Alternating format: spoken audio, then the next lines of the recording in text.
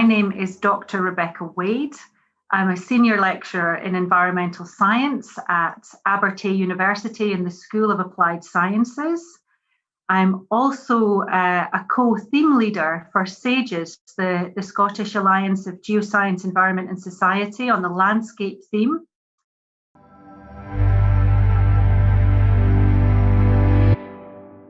It matters to me because I'm a mum, I've got children. It matters to me because I've got an interest in the natural environment, and I can see that if we look after the planet, it will look after us. And it's as simple as that.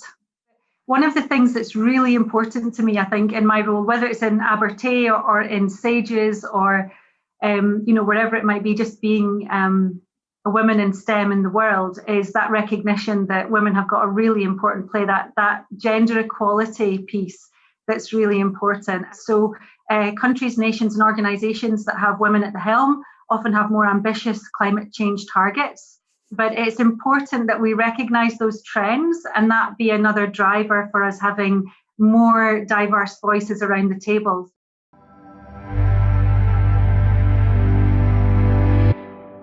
I look at nature-based solutions, so I'm really involved in looking at the way that we can more sustainably manage the environment around us. So what I'm really interested in doing is thinking about the multiple benefits that we get, the opportunities from working with nature rather than working against it.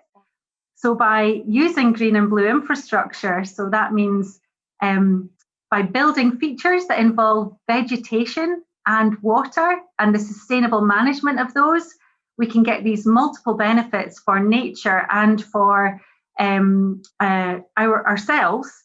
And we also actually create attractive places to live.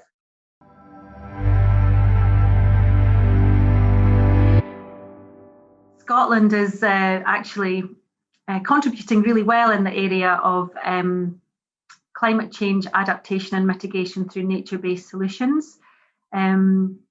So one example would be that nature-based solutions are in the environment strategy for Scotland. They're also involved in some of the climate adaptation documents for Scotland.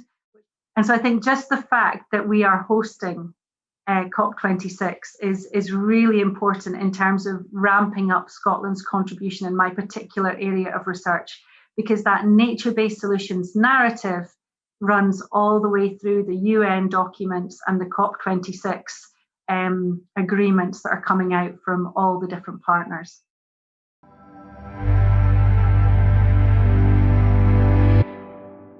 We have a well-being government. We're one of just a handful of governments globally. There's New Zealand, Iceland, Wales, and Scotland. And these governments recognise that development means delivering human and ecological well-being. And I think that is really world leading in terms of our contribution, because if we can change our mindset to focusing on those values rather than monetary values, I think we can deliver really well in terms of climate adaptation and nature protection, biodiversity gain.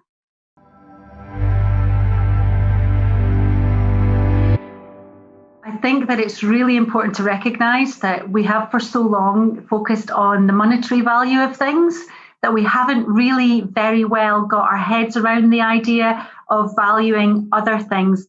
Ecosystem service approaches kind of lets us have a look at all of those together.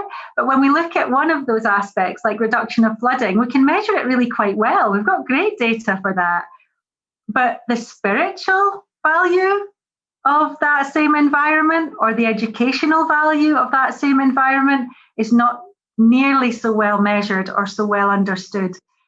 And I think once we acknowledge something and we recognise it, we include it in decision making, then it can inform our decision making. But if it's not even there, then it gets ignored, and then maybe we don't realise what we've lost till it's gone.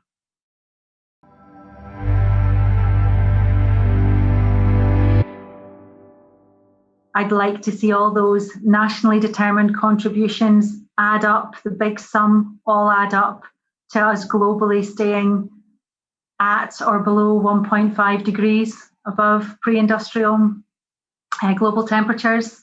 I'd like to see the agreements tie in with the other COP, COP15 for biodiversity, that's also happening this year, so that there's those biodiversity and ecosystem objectives that are tied to the climate change objectives.